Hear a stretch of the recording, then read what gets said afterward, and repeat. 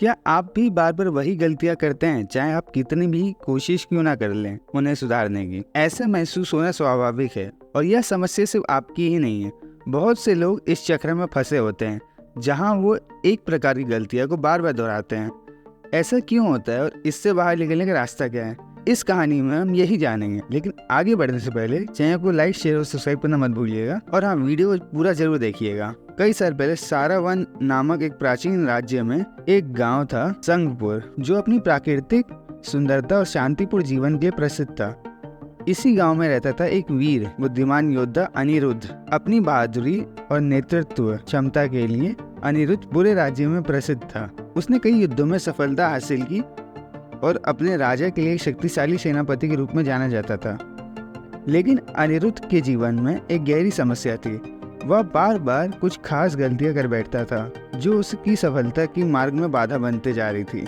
अनिरुद्ध की समस्या यह थी कि वह अपने युद्धों और रणनीतियों में कुछ खास गलतियां बार बार कर रहा था, चाहे वह युद्ध का मैदान हो या अपने सैनिकों का नेतृत्व करते हुए। हर बार वह कुछ ऐसे फैसले लेता था जो उसे विफलता की ओर ले जाती थी। उसकी असफलताएं उसके मानसिक और शारीरिक स्वास्थ्य पर असर डालने लगी। वह सोचता, मैं इतना शक्तिशाली और बुद्धिमान योद्धा हूँ, फिर भी क्यों हर बार गलतियां कर बैठता हूँ। अनिरुद्ध ने कई बार इन गलतियों को सुधारने की कोशिश की। उसने अपने से कई तरह के वचन किए, लेकिन वो बार बार उसी नतीजा पर फिर जा पहुँचता। उसने खुद पर विश्वास खोना शुरू कर दिया। उसके साथी योद्धा उसकी रणनीतियों पर सवाल उठाने लगे और उससे अपनी असफलताओं का बोझ महसूस होने लगा। अनिरुद्ध की यह जीवन का सबसे कठिन दौर था। एक दिन जब अनिरुद्ध एक महत्वपूर्ण युद्ध में हार के बाद लौट रहा था, उसकी नजर एक पुराने पीपल के पेड़ के नीचे बैठे एक साधु पर पड़ी। अनिरुद्ध, जो अब अपनी असफलताओं से थक चुका था, उसने सोचा कि शायद यह साधु उसकी समस्या का समाधान जानते हों।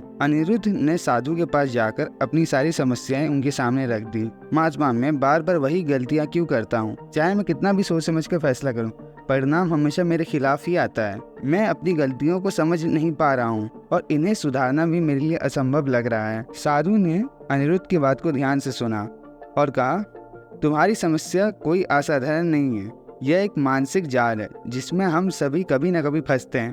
अगर तुम इस जाल से बाहर निकलना चाहते हो तो तुम्हें अपने विचारों, आदतों और फैसलों की जड़ तक जाना होगा। अब सवाल यह है कि आखिर क्यों तुम या बाकी सभी बार बार वही गलतियां दोहराते हैं, चाहे हम उस गलती को कितना भी ना करने की कोशिश करें। इसके पीछे कुछ गहरे कारण होते हैं जिन्हें समझना जरूरी है। जब तक हम इन कारणों को नहीं समझ पाते हैं, तब तक हम अपनी गलतियों को रोक नहीं सकते हैं। पहला, आत्म जागरूकता की कमी। गलतियों को बार बार करने की सबसे बड़ा कारण होता है हमारी खुद की समझ की कमी। अक्सर हम यह जान नहीं पाते कि हमारी गलतियां क्यों हो रही हैं। हम अपने फैसलों के पीछे के मानसिक और भावनात्मक कारणों को नज़रअंदाज करते हैं और यही कारण होता है कि हम बार बार उन्हीं गलतियों के रास्ते पर चल पड़ते हैं। मान लो कि एक व्यक्ति बार बार अपने कार्यस्थल पर अपने सहकर्मियों के साथ बहस में उलझ जाता है। उसे लगता है कि वह सही है और दूसरे गलत हैं, लेकिन अगर वह गहराई से देखे तो शायद उसे यह समझ में आए कि उसकी खुद की आक्रामकता और प्रतिक्रिया करने की आदत ही उसकी असली समस्या है। जब तक वह अपनी इस आक्रामकता को नहीं समझेगा और उसे नियंत्रित नहीं करेगा, तब तक वह हर बार यही गलती करता रहेगा। दूसरा, पुरानी मानसिक आदतें। हमारे दिमाग में एक खास प्रकार के सोचने का तरीका होता है जिसे हम कई वर्षों से अपनाते आ रहे हैं। जब हम किसी समस्या का सामना करते हैं तो हम अक्सर अपने पुराने अनुभवों और धारणाओं के आधार पर फैसला लेते हैं। यह मानसिक आदतें हमें उन गलतियों की ओर खींचता है जिन्हें हमने पहले भी किया है। नए दृष्टिकोण को अपनाने से पहले हमें अपनी पुरानी सोच को बदलना पड़ेगा। इसका उदाहरण अगर मैं दूं तो कल्पना करो कि एक व्यापारी बार बार वही गलतियां करता है कि वह जल्दबाजी में निवेश कर लेता है और फिर उसे नुकसान होता है। कि यह आदत उसकी मानसिकता से जुड़ी हुई है।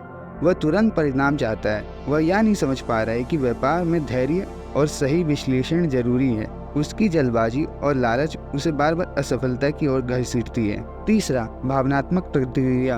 हमारे फैसले अक्सर हमारी भावनाओं से प्रेरित होते हैं। जब हम हमारी भावनाओं के अधीन होकर निर्णय लेते हैं तो हम तर्क और वास्तविकता को नज़रअंदाज कर देते हैं। यह भावनात्मक प्रतिक्रिया हमें बार बार उन्हीं परिस्थितियों में फंसा देती है जहाँ से हम गलत फैसले ले चुके हैं। अगर उदाहरण देना हो तो अगर तुम से जल्दी में फैसला लेते हो, जैसे कि अपने काम को छोड़ देना, तो हो सकता है कि बाद में तुम्हें इसका पछतावा हो, क्योंकि तुम गुस्से में उस समय थे, इसलिए बिना पूरी जानकारी और सोचे समझे एक बड़ा कदम उठा लिया।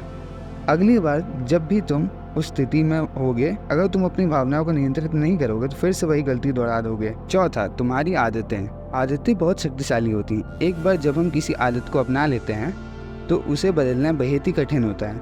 आदतें धीरे धीरे हमारे जीवन का हिस्सा बन जाती हैं और हमें यह पता भी नहीं चलता कि हम उनके प्रभाव में हैं। जब कोई आदत बार बार हमें गलत रास्ते पर ले जाती है तो हमें उसे बदलने की आवश्यकता होती है, लेकिन आदतें हमारे जीवन में इतनी जड़ से समा गई होती हैं कि उन्हें बदल पाना बहुत ही मुश्किल होता है और वह बार बार हमें वही गलतियां करने में मजबूर कर देती हैं। अगर उदाहरण देना हो तो अगर कोई व्यक्ति हमेशा सुबह देर से उठता है और हर बार काम में देरी से पहुंचता है तो यह उसकी आदत बन चुकी है। वह जानता है कि उसकी आदत उसे नुकसान पहुंचा रही है, लेकिन फिर भी वह इसे बदलने में असफल रहता है। आदत की जड़ता उसे हर बार देर से उठने की ओर खींचती रहती है।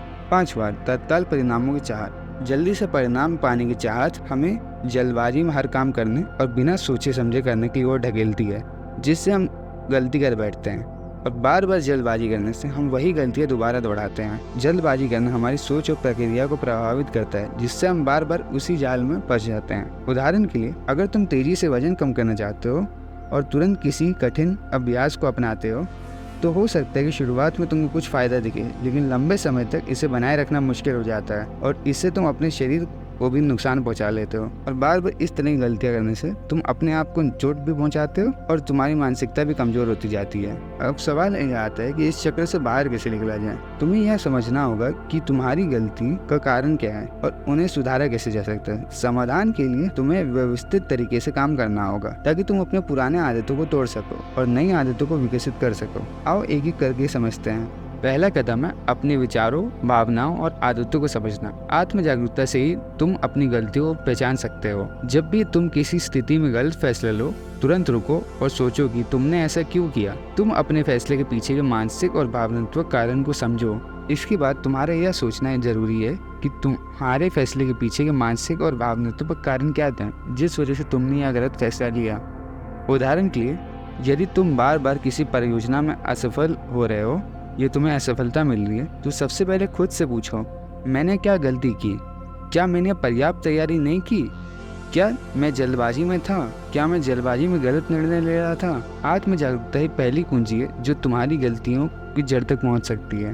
दूसरा कदम है अपने मानसिक आदतों को बदलना। हमारे पुराने विचार, धारणाएं हमें बार बार उन्हीं गलतियों को ले जाती हैं। इसके लिए तुम्हें अपनी सोच में बदलाव लाना होगा। जब भी तुम पुराने तरीकों से सोचने लगोगे, खुद को याद दिलाओ कि तुमको एक नया दृष्टिकोण अपनाना है। इसका उदाहरण यह है कि अगर तुम हमेशा मानते हो कि मुझे सफलता नहीं मिलेगी, तो यह एक नकारात्मक सोच है जो कि तुमको बार बार असफलता की ओर ले जाएगी। इसको बदलने के लिए तुमको एक सकारात्मक दृष्टिकोण अपनाना होगा, जैसे कि मैंने असफलता से सीखा है, अब मैं बेहतर कर सकता हूँ। तीसरा, भावनाओं पे नियंत्रण रखो। तीसरा कदम है भावनाओं पे नियंत्रण रखना। कई बार तुम भावनाओं प्रभाव में गलत फैसले ले लेते हो। गुस्सा, डर, चिंता, ये सारी भावनाएं हमें गलत रास्ते पे ले जाती हैं। अपनी भावनाओं को समझना और उन्हें नियंत्रित करना बहुत ही जरूरी है। अगर तुम गुस्से में किसी से बुरी तरह से पेश आते हो और बाद में पछताते हो, तो अगली बार गुस्सा आने से पहले एक गहरी सांस लो और अपने आप से कहो, मैं इस घटना पर एक शांतिपूर्वक प्रतिक्रिया दूंगा। इस तरह से तुम अपनी भावनाओं पर धीरे धीरे नियंत्रण पा पाओगे। चौथा कदम है छोटे छोटे बदलाव से शुरुआत करना।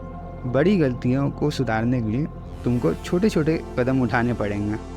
एक बार में सब कुछ बदलने की कोशिश मत करो, बल्कि धीरे धीरे बदलाव लाओ। छोटी जीत तुमको आत्मविश्वास देगी और धीरे धीरे तुम बड़ी गलतियों से बचने में सक्षम होगे। उदाहरण के लिए, अगर तुम समय पर काम खत्म नहीं कर पाते हो, तो तुरंत बड़े लक्ष्य तय करने के बजाय छोटे छोटे लक्ष्यों से शुरुआत करो। हर दिन एक छोटा कदम एक समय पर करो और धीरे धीरे इसे बढ़ाओ। अंतिम कदम है धैर्य रखो और अपनी प्रक्रिया पर भरोसा रखो। सुधार धीरे धीरे होता है। अगर तुम जल्दबाजी में सुधार की उम्मीद करोगे तो फिर से वही गलतियां कर सकते हो। हर दिन थोड़ा थोड़ा सुधार लाना ही असली सफलता की कुंजी है। उदाहरण के लिए, तुम एक नया कौशल सीख रहे हो तो तुम तुरंत पूर्णता की उम्मीद ना करो। समय के साथ नियमित अभ्यास और धैर्य से तुम उस कौशल में निपुण हो जाओगे। अनिरुद्ध ने यह सुनकर साधु को धन्यवाद कहा। उसके बाद साधु की शिक्षा को अपनाकर अनिरुद्ध ने अपने जीवन में धीरे धीरे बदलाव लाना शुरू किया। उसने आत्म जागरूकता, मानसिक आदतों में बदलाव और धैर्य के साथ छोटे छोटे बदलाव करना शुरू कर दिए। धीरे धीरे उसने अपने गलत फैसलों को कम करना शुरू कर दिया और उसकी रणनीतियां बेहतर होने लगी। अब वह योद्धा नहीं था जो बार बार असफलता का सामना करता था।